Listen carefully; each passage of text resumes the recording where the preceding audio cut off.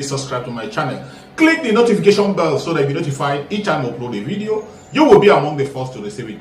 Thank you so much and remain blessed. If you are joining me from Africa, Asia, Europe, America, Australia, or any part of the world, I thank you very much for your contribution. Please, each time you watch my video, go to the comment section and put down your comments.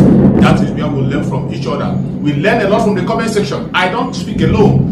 I am speaking with you. You can equally contribute. You can criticize if you so desire, but do it constructively so that we can learn from one another. That is why we're here. Thank you so much for joining.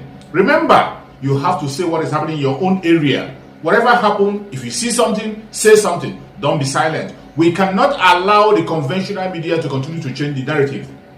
We cannot allow the conventional media to continue to play down the situation. We will continue to bring the situation the way it is and say it straight the way it is without hating anybody. We are not preaching hate speech. We are not talking down anybody. We say live and let live. And for those who say we will not live, just like the Fulani Janjaweed have said, they will not live either. Tonight, our attention is on 2023. It's an agenda-setting conversation. The nation awaits President Buhari's assent on the Electoral Act Amendment Bill.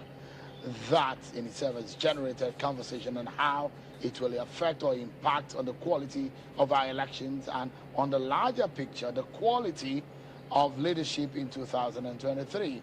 Tonight, our attention is on the agenda of 2023 and what the election year portends for Nigerians.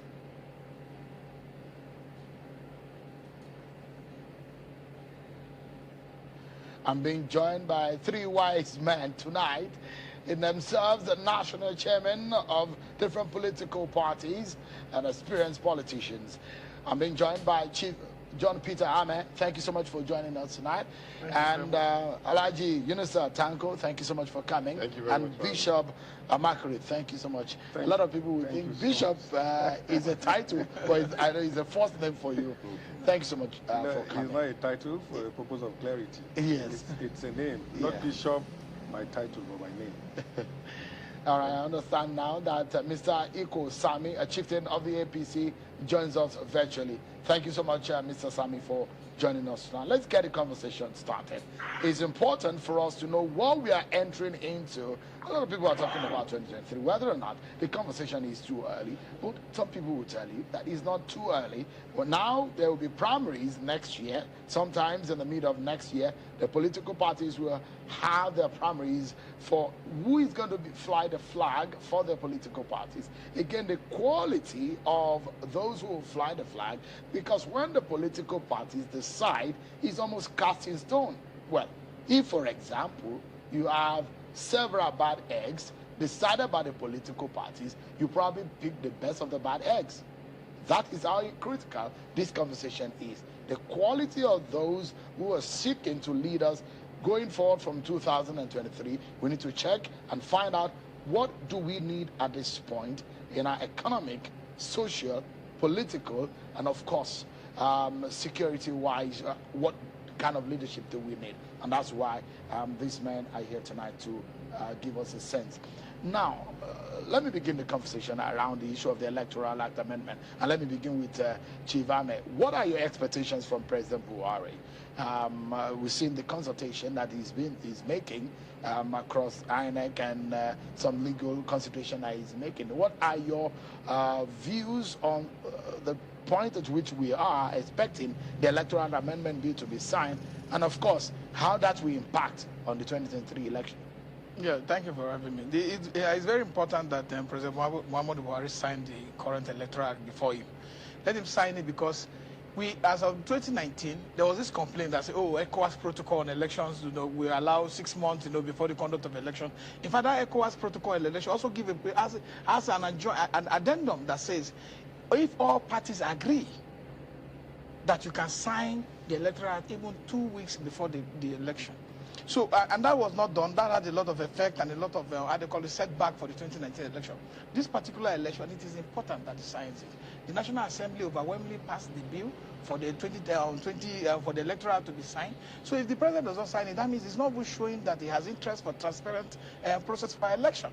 He must do all possible best to show that what he wants to bequeath for the Nigerian people is a transparent, a credible, and a fair electoral system that will represent the true wishes of our own people. The electorate will go to the polls come 2023. We will not have a bandwagon effect again, and then have a situation where if you refuse to sign it, maybe because of one clause of indirect or no indirect, but these are inconsequential matters. It can sign it. Our amendment is a continuous process. We can continue to review our laws to be able to update it to whatever international standard we want. But as it is, whatever that has been done by the National Assembly is enough for us to be able to run a 2023 election on a platter that will represent all interests across Nigeria. And that interest should be his own interest. His own interest will be the protection of the interests of the Nigerian electorate and the Nigerian citizens who will be going to select and elect their president for 2023. There is one question I'm coming to both of you on the issue of the Electoral Act amendment there. But there was a question I was posed to the governor of Imo State about this current state of things in Nigeria and the chances of the APC. What's your view as a politician? If you, for example, are the leader of the APC and things are like it is right now, do you have fears that you might get re-elected into office in 2023? No, these are questions that actually should be left with the electorate. But the fact is that if we are doing a reviewing based on personal perception, which will be limited to what I have seen and what I have be able to aggregate, and these are the outcome of the decision that the APC the actions of the APC have on the Nigerian population. So if you look at what the APC have done since they came in, even in 2015. The APC has to trace itself back to 2015 and see that the PDP 5 governors actually decamped to the party to make the party a success, because without those 5 governors, I believe the APC would have had an equivalent tax in climbing the mine to come to the presidency. So now by 2023 they would have had 8 years in office, and that would give Nigeria a better chance to do a scorecard. Like I said, it's not going to be a bandwagon effect. Like people just come without campaigning based on issues, without campaigning based on what they can do for Nigeria. It will be name calling, mudslinging, and then boom, they are elected into office. That will not be the situation. I like you, Tango. You think APC might find it difficult there will be checklists this time. The Nigerian electorate must stand to checklist and say, what are you promising on the area of road? What are you promising on the area of water infrastructure? What are your promises? But the APC will go into that election saying that for 8 years, this is what we have done. How do you think that will pan out, Alaji Tango? With all due respect, it's unbelievable and a total disillusion to every Nigerian to have it in their mind that the level of governance of the APC will have been put to question or been interrogated. Coming from the fact that ab initio, there was a trigger that the APC came with, which is based on anti-corruption, fighting against insecurity, fighting to improve the economic situation of every Nigerian. Unfortunately, all of these 3 agendas that were set or explained by me have not been achieved, unfortunately.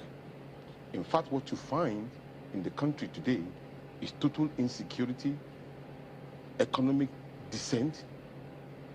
Issue of corruption has now left a level of the poor people, has left now gone more closer to the level of governance.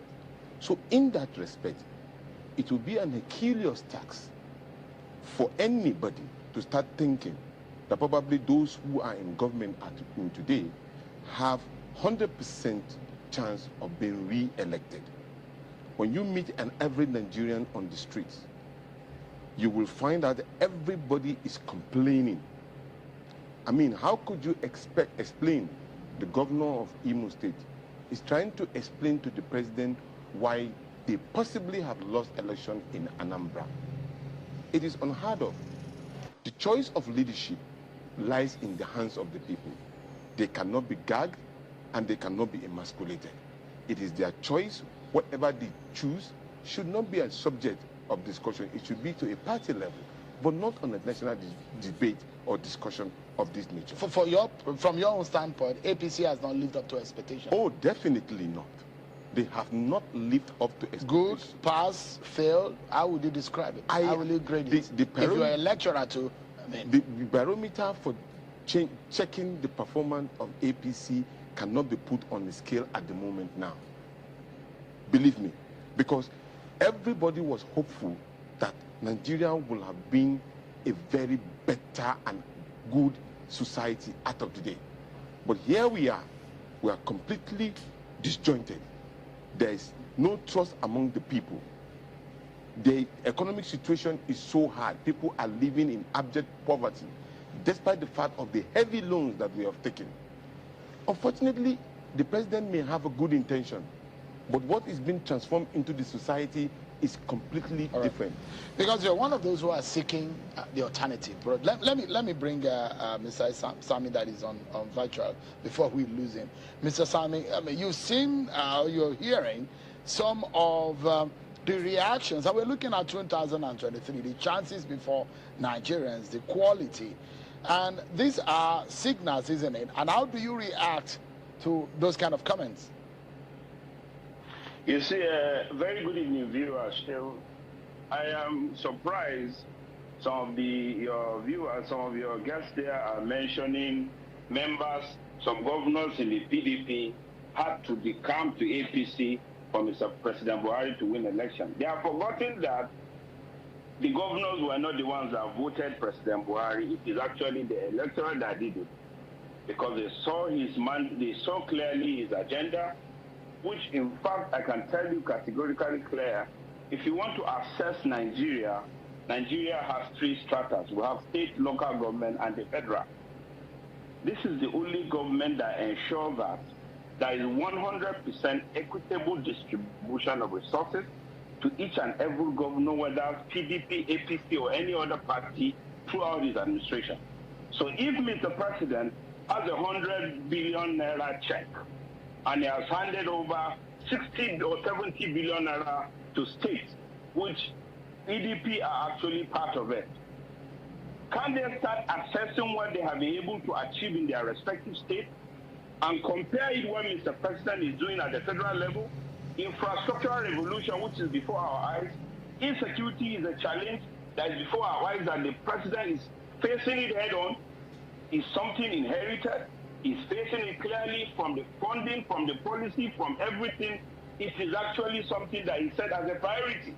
So what we expect is people on the other side to do two things. First and foremost, let them assess what they'll be able to achieve, because Mr. President make sure that they enjoy democracy by not interfering in whatever a state gets and whatever they do, which happens uninterrupted for this period of 6 days. That's one. Let them also assess what they have been able to do in their local government, which collected chunks of the money, which is where the masses are, which is where they are going to get most of the votes that will vote against them or for them. And let them also assess what Mr. President has done in terms of infrastructure at the federal level. Around the whole country, I cannot finish to mention to you all the railway, the road infrastructure from Sukuki. Yeah, so if I may quickly come in here, you heard what Chief Ahmed, just for a moment, Mr. Ekosami, you heard what Chief Ahmed says, that look, going into this election, there will be a checklist from Nigerians. And your party is going to be on the hot seat, because you would have spent 8 years. There are promises that your party have made to Nigerians. So the question will be, are your lives better before now or after now? So there will be critical questions asked of your party, of the promise made and what has been delivered, the quality of the lives of Nigeria. So how will you be able to convince Nigeria? What can you tell Nigerians tonight that going to 2023 or having the conversation of 2023, can you honestly tell Nigerians that your party has lived up to the expectation? Mr. Sheung, when you want to make such assessment, don't sit down there and make a general assessment and forget about 3 indicators I told you. Mr. President does not administer governance in state. He administers governance at the federal level by ensuring that resources go to state, local government, and the federal.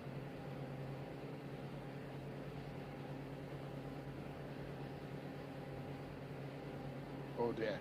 It seems to have lost connection with him. There is a frozen frame. Let me come to Bishop Amakri. Your party, the YPP, you're bringing conversation about new orientation, young views into governance.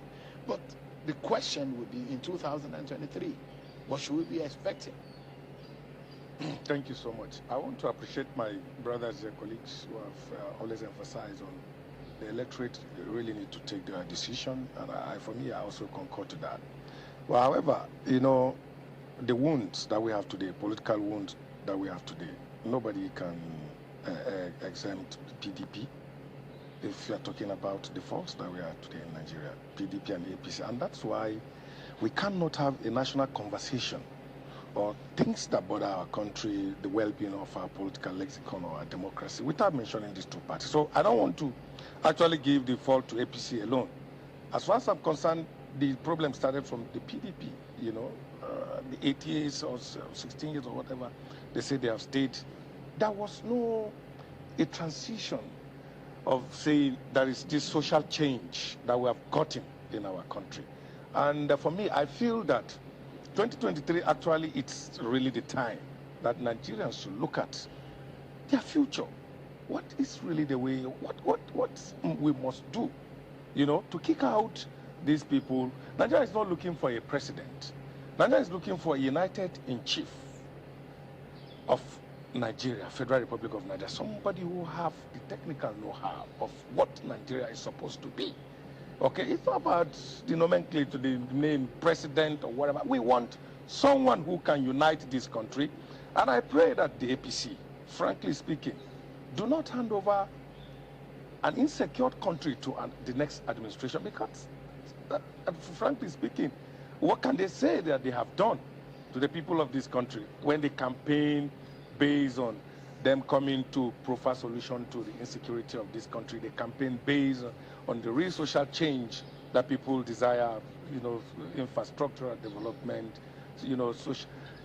There is nothing that you can say today that the APC have provided to the people of Nigeria. And frankly speaking, like I said before, they cannot take the chunk of the blame. The PDP and the APC must share the blame. If it is 50-50, so it is. If it is 60-40, so it is.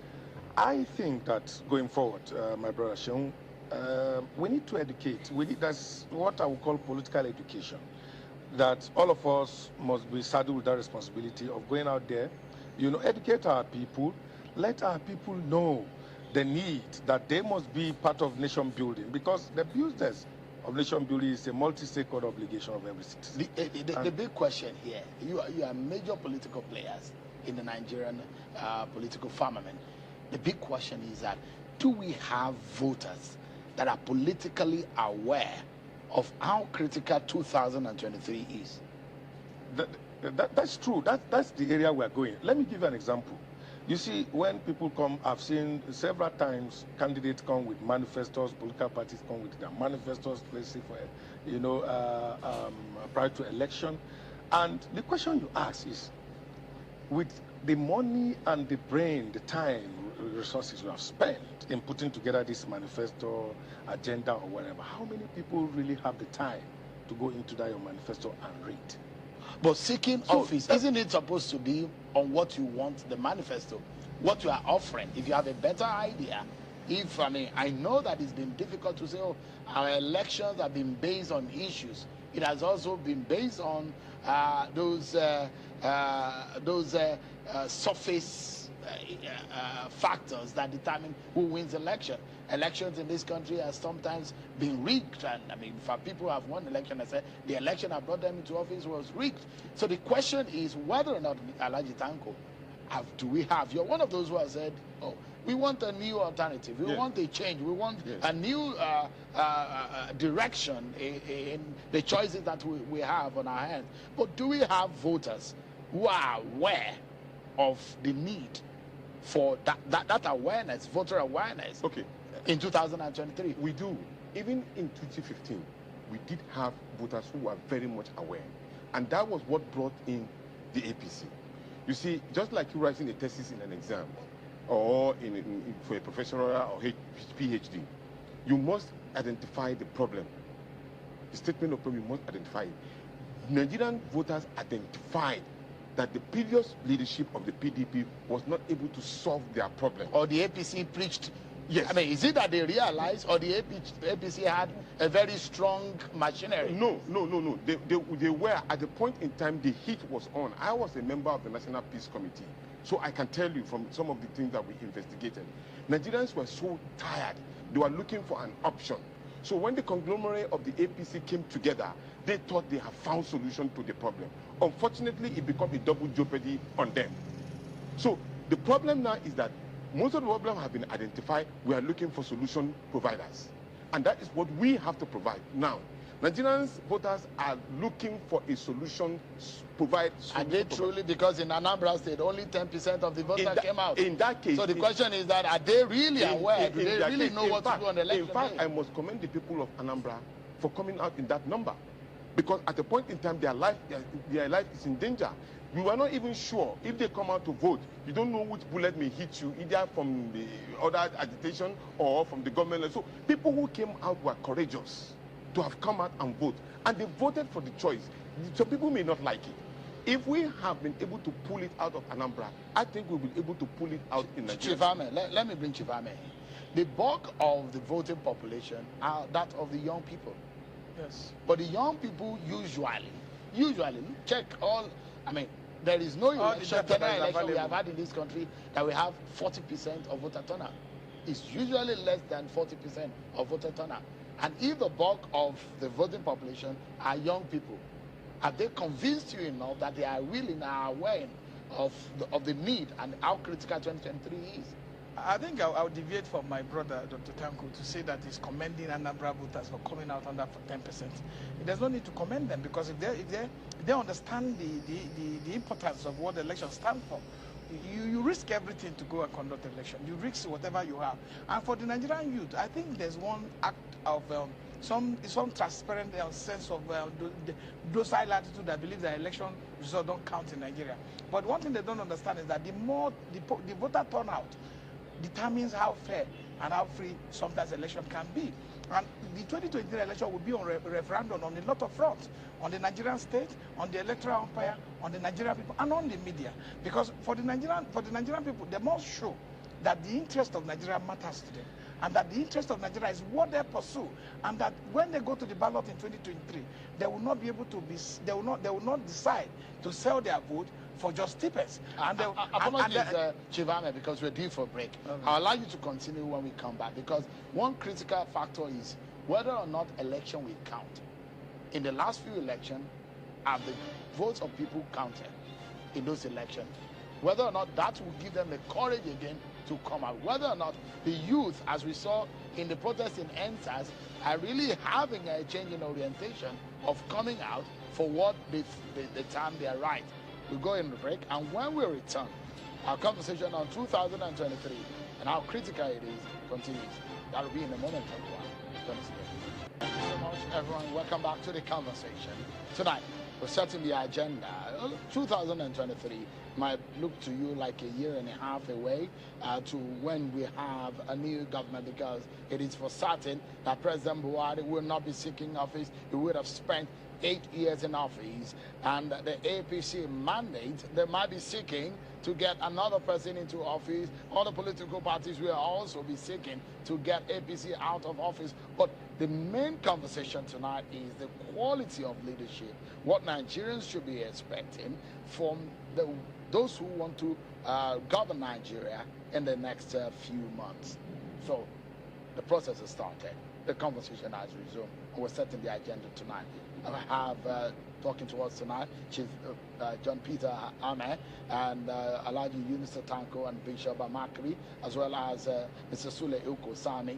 Thank you so much, gentlemen, for coming tonight. Let me allow you to land on that thought, Chief Ame, on whether or not there is a realization of how critical 2023 is, especially from the point of view of the Nigerian youth, who form the bulk of the voting population. Like I've tried my best to try to talk to young people over the years. The fact is that election, those who don't come out to vote actually ultimately determine the outcome of election. It's not just those who come out to vote.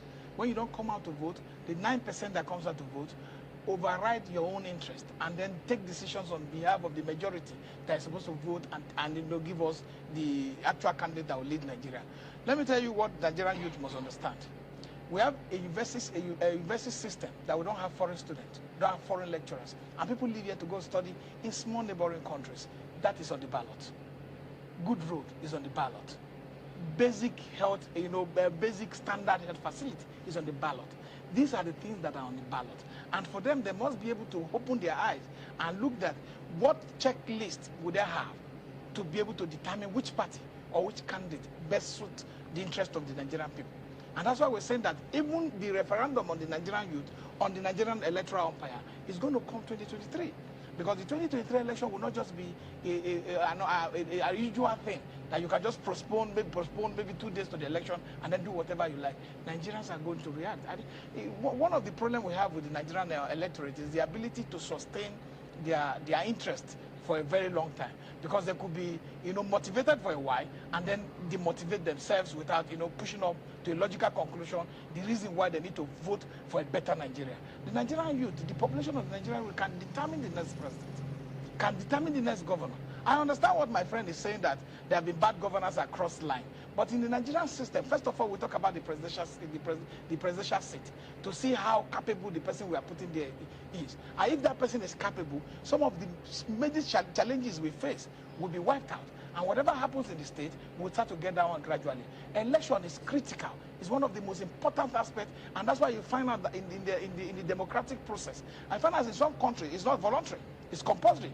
If you don't vote, there are certain benefit. There was an upset in 2015. We've not seen that happen in our political history, where a seat in an incumbent was defeated. A ruling party was, in fact, a president seeking re-election was defeated. Do you see a sitting party being defeated, or there another kind of upset? So the possibility is very clear. The issue is that President Muhammadu Buhari will not be on ballot in 2023. And that might be the difficult one. It's going to be an open system. All the parties need to do is to be transparent. It will allow views to inclusivity. It's not to be put in position on all candidates, and allow the popular candidate of the parties to emerge in their presidential primaries. With this, you will see that Nigerians will decide who becomes the next president. We'll come to whether INEC is prepared for a level playing field. Let me bring in Mr. Suleiko Sami back into the conversation. President Buhari will not be on the ballot. That is a fact. Your party might find it difficult to convince Nigerians. True or false? You see, no, Heun, if you have forgotten that Mr. President over the last 6 years has succeeded in actually building independent structure within the party and even the state. He doesn't interfere in most of the activities in state and party lines. What he succeeded in doing is actually educating the Nigerian electorate. That you have a transparent president like him, where there will be autonomy allowed in the state judiciary, state legislature, local government. There will be democracy as it should be. So that record alone is going to be answered by the National Party, which is the All Progressive Congress. The only party that believes in the national unity of this country. The only party that does not believe you have to come from one side of the country for you to be president or not. The party that believes in unity. So I can assure you of one thing. What will be on the ballot will be infrastructure, will be in the ballot. I agree with the other. What the APC did on in terms of healthcare, it will also be on the ballot.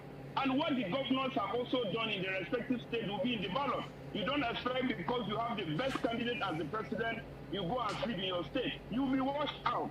This time around, it will be all around because Mr. President has already set the system for us.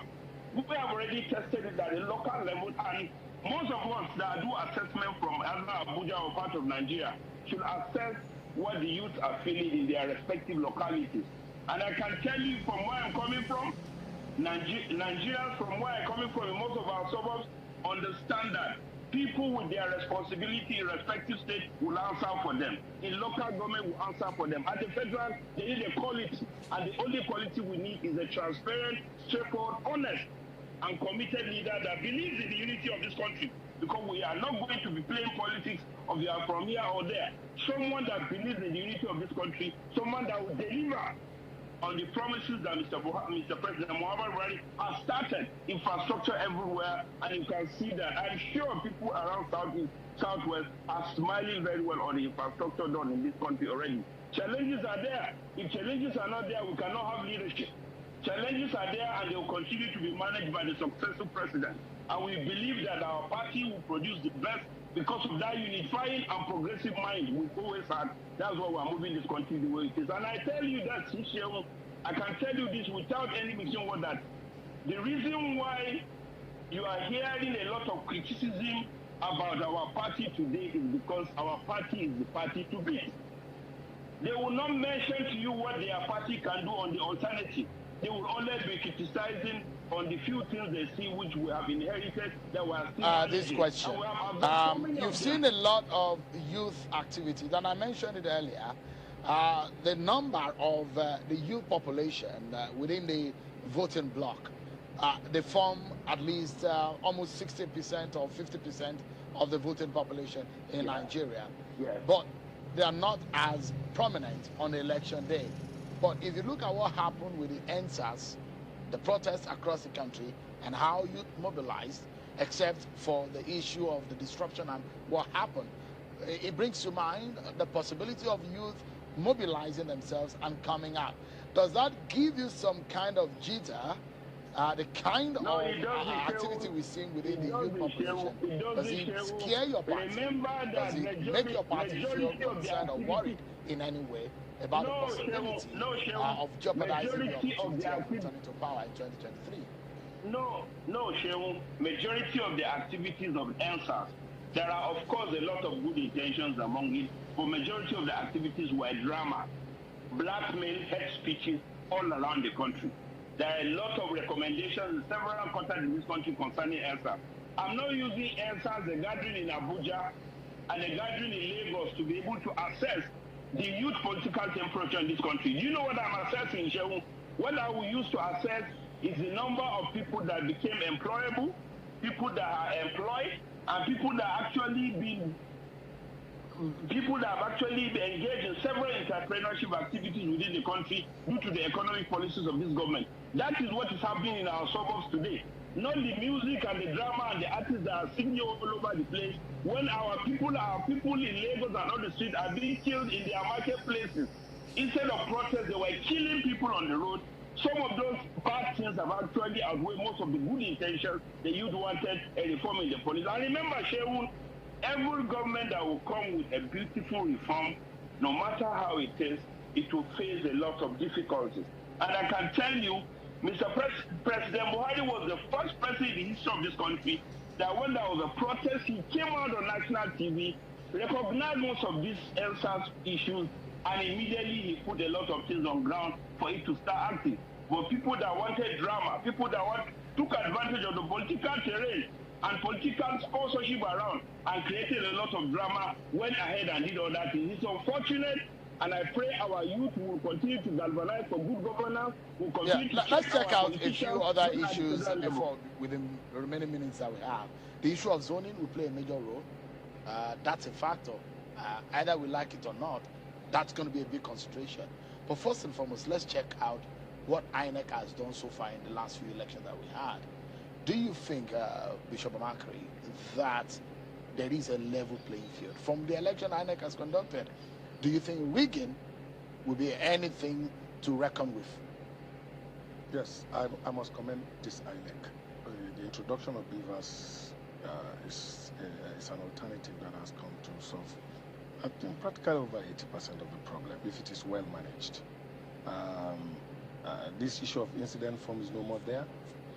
Now people, your vote, people's vote count. You can see. Are the votes counting now? I think from what I saw, forget about the people that came out in Anambra, the number that came out. But I think that I was in Anambra, and I think that the votes were counted. That's just the truth.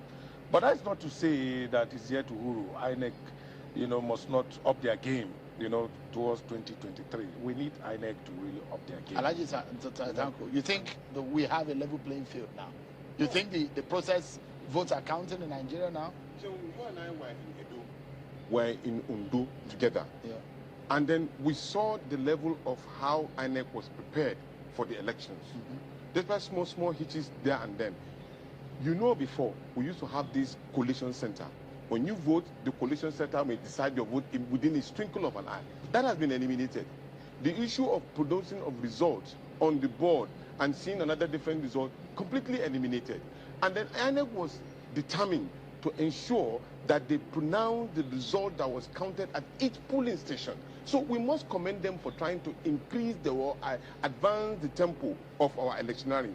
And quite honestly, the way in which INEC has stood very well on their ground, saying that they need that electronic system, despite all of the shenanigans on the trade wars and all, even to a point now that Mr. President, we will know that we don't have to seek for any other person's view, seeking for their view, whether they should do direct or indirect primaries, and then seeking INEC. And INEC still stand on the side of the people, saying that yes, they come on, because they are returning power to the hands of the people. So votes are counted? Of course, because what we things that you can say categorically from 2019 and the last few elections. Do you agree that things are better achieved? Considering the fact that when you look at what happened in Anambra, and I said I commend the strength of it, because if they did not come out at all, imagine if there was no election in Anambra, it could have been disastrous for democracy.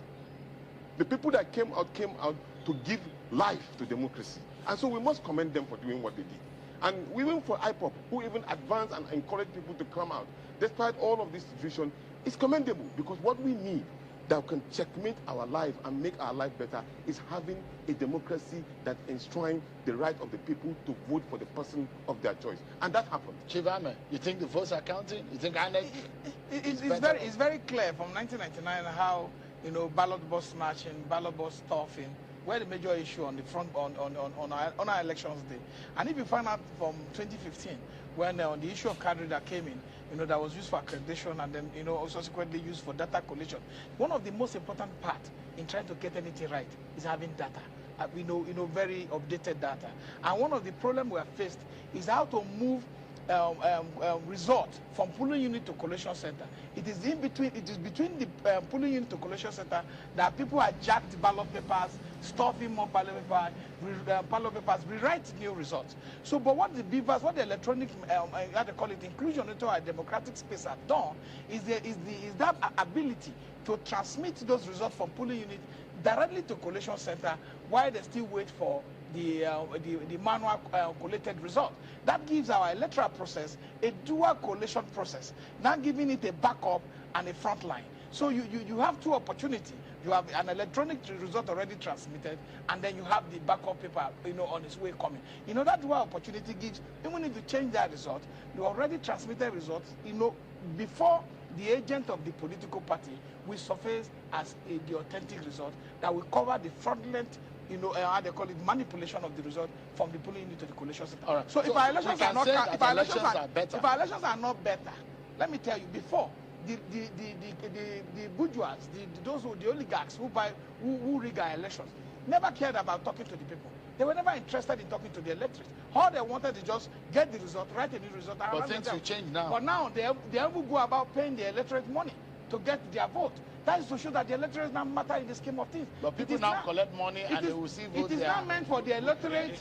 It is not meant for the electorate to jettison the idea of putting their lives on the plate of 5,000 naira. Because people, that is to show that we've experienced where people collected money, and there's a fight broke out at the polling unit. They collected money and they voted against those who gave money.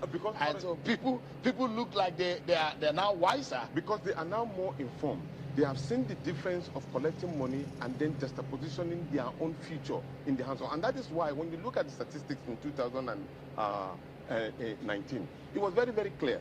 You had almost 83 million, according to Wikipedia.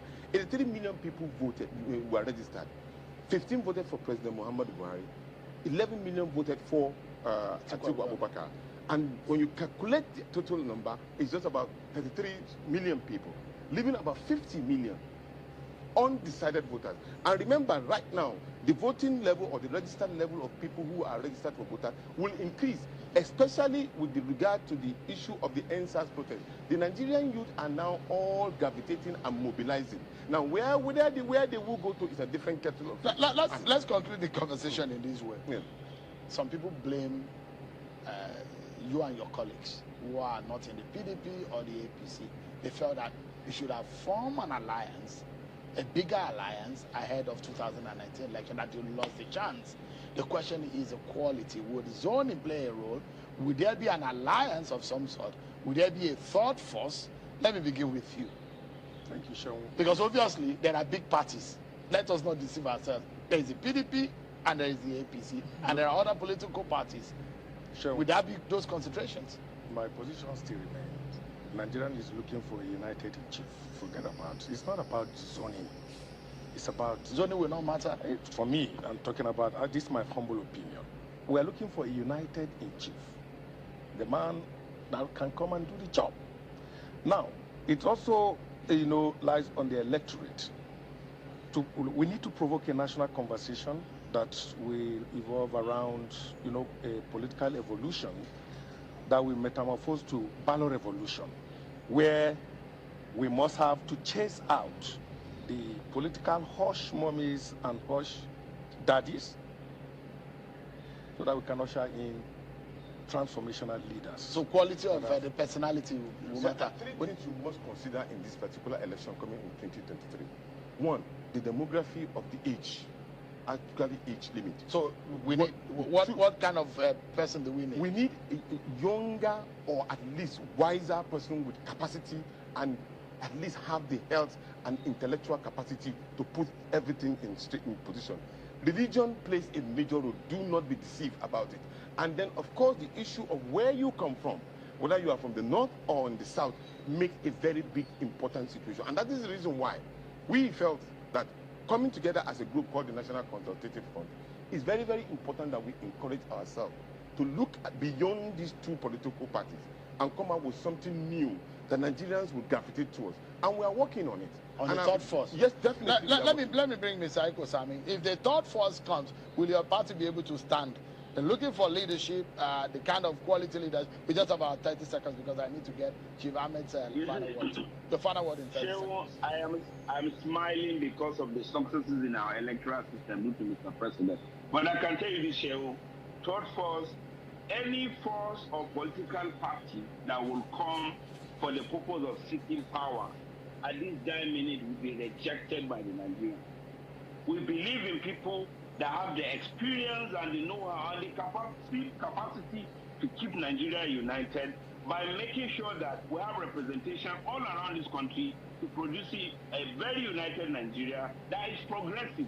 And that can only happen in All Progressive Congress. And I can assure you that All Progressive Congress will be the party to be by third force, second force, or whatever you might call it.